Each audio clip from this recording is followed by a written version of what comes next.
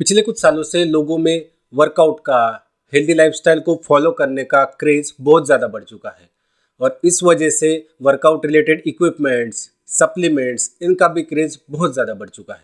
इन supplements में BCAA करके एक सप्लीमेंट आता है जो बहुत लोग वर्कआउट के वक्त कंज्यूम करते हैं अपने परफॉर्मेंस को इंक्रीज करने के लिए, मसल सोरनेस को कम करने के लिए, रिकवरी को इम्प्रूव करने के लिए और मसल ग्रोथ के लिए।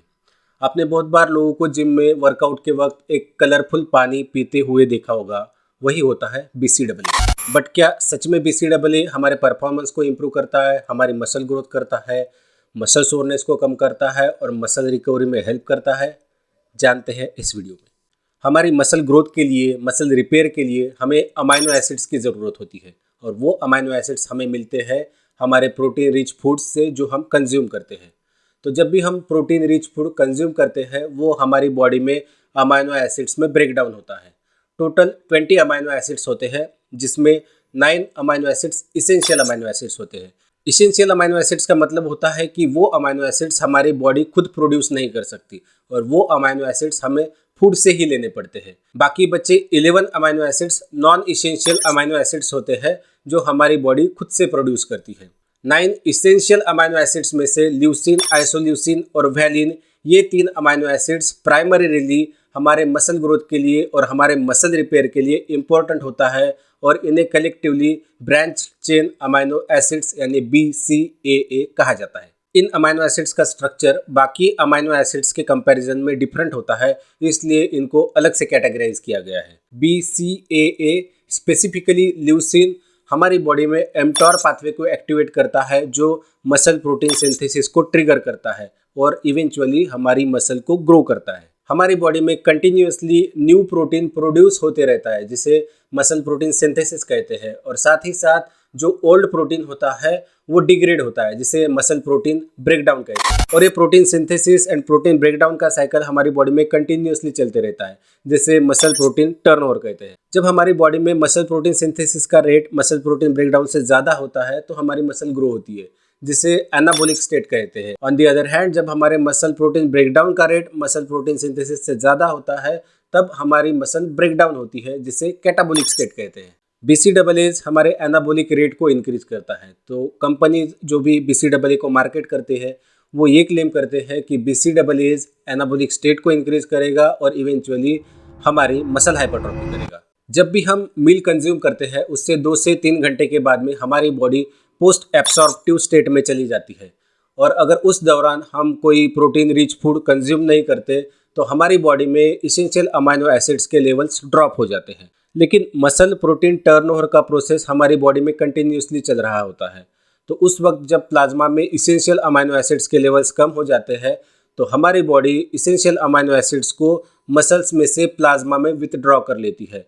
मसल्स हमारे अमाइनो एसिड्स के एक मेजर स्टोर होते हैं। एज अ रिजल्ट हमारी मसल प्रोटीन ब्रेकडाउन का रेट मसल प्रोटीन सिंथेसिस के कंपैरिजन में इंक्रीज हो जाता है और जिसकी वजह से हमारी बॉडी कैटाबोलिक स्टेट में चली जाती है। सो द आइडिया इज कि पोस्ट एब्सॉर्प्टिव स्टेट में हम BCAA लेते हैं तो हम इस कैटाबोलिक स्टेट को और मसल प्रोटीन ब्रेकडाउन को अवॉइड कर सकते हैं। सो थ्योरेटिकली पोस्ट एब्सॉर्प्टिव स्टेट में हम BCAA लेंगे जिससे mTOR पाथवे एक्टिवेट होगा, मसल प्रोटीन सिंथेसिस का रेट इंक्रीज होगा और हमारी मसल हाइपरट्रॉफी होगी। लेकिन 2017 की एक स्टडी के अकॉर्डिंग हमारी मसल प्रोटीन सिंथेसिस को या फिर हमारी मसल ग्रोथ को इफेक्टिवली बनाने के लिए सिर्फ BCAA सफिशिएंट नहीं है।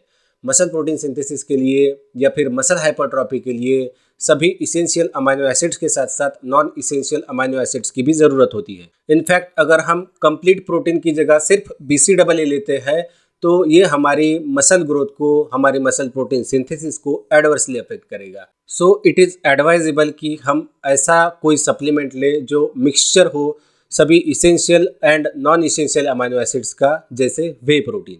सेकंड क्लेम जो BCAA के बारे में किया जाता है वो ये है कि BCAA लेने से हमारा पोस्ट वर्कआउट मसल सोरनेस कम होगा और हमारी मसल रिकवरी का प्रोसेस जो है वो स्पीड अप होगा। जब भी हम वर्कआउट करते हैं स्पेसिफिकली रेजिस्टेंस ट्रेनिंग, हमारे मसल्स डैमेज हो जाते हैं जिससे हमारी बॉडी में इन्फ्लामेशन हो जाता है। तो आपने नोटिस किया होगा कि वर्कआउट के बाद 1 से 2 दिन तक आपकी बॉडी सोर रहती है। वर्कआउट के बाद हमारे ब्लड में क्रिएटिन काइनेज और लैक्टेट डिहाइड्रोजनेज के लेवल्स बढ़ जाते हैं। क्रिएटिन काइनेज और एलडीएच ये मसल स्पेसिफिक मार्कर्स है और मसल डैमेज के इनडायरेक्ट मेजर्स है। वर्कआउट के बाद हमारे मसल्स में लैक्टेट्स के लेवल बढ़ जाते हैं जो हमारी बॉडी में मसल सोरनेस करता है, और लैक्टेट डिहाइड्रोजनेज जो कि एक इनडायरेक्ट मेजर है मसल सोरनेस का, वो लैक्टेट प्रोडक्शन में इंपॉर्टेंट रोल प्ले करता है। सो जितनी भी स्टडीज बीसीडब्ल्यूए के बारे में की गई है उनमें से मोस्ट ऑफ द स्टडीज में ये देखा गया है कि बीसीडब्ल्यूए वर्कआउट के बाद जो हमारे ब्लड में क्रिएटिन काइनेज के लेवल्स इंक्रीज होते हैं सिर्फ उन लेवल्स को ही कम करता है और लैक्टेट डिहाइड्रोजनेज के लेवल्स पे उसका कोई इफेक्ट नहीं दिखता।